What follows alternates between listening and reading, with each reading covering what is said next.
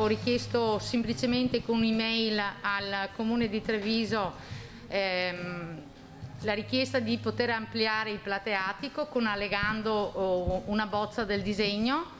Questo l'ho fatto ieri sera. Questa mattina sono già usciti e mi hanno dato, sulla proposta che avevo fatto, mi hanno dato l'ok. Telefonicamente devo ancora mandare la piantina dettagliata con le misure, però i vigili sono già venuti in sopralluogo per darmi un consiglio come potevo fare e mi hanno detto che posso aumentare fino al 50% nella parte di viabilità e del 100% per i tavoli. Sono già una cinquantina i titolari di bar e ristoranti del centro di Treviso che hanno inviato una mail per chiedere di poter creare o allargare il proprio plateatico in vista delle riaperture.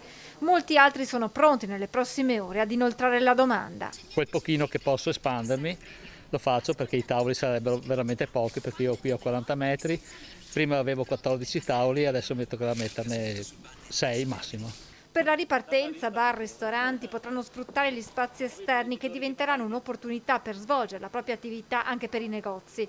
E così, in attesa lunedì di poter rialzare le saracinesche e riprendere il lavoro, per quanto possibile come prima del lockdown, ci si organizza aspettando però direttive certe. Se dovremmo in teoria aprire lunedì, come dicono il 18, ma senza le linee guida sarà difficile aprire. In teoria da lunedì, per quello che si sa, potevi prendere e portare via e poterlo consumare fuori, ma ancora non si sa nulla, non si sa se parlavano di tavolini messi in una distanza di 2-4 metri, non si sa nulla, siamo in un limbo più totale. E metro alla mano si calcolano le distanze e si contano i tavoli che andranno eliminati. Considerato che ci dovrebbe stare una persona, massimo 2 se fanno parte dello stesso nucleo, se ho ben capito, ogni 4 metri quadrati andremo a turni, anche là sarà un terzo grado ogni volta che entra qualcuno. Da 14 tavoli con una media di 4 posti a sedere ciascuno,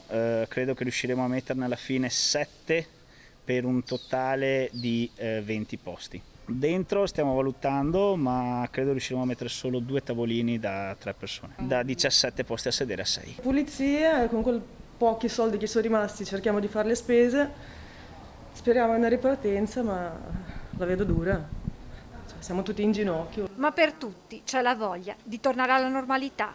Speriamo che lunedì si incominci a vedere Treviso un po' più viva, manca quella cosa di vedere il sorriso della gente.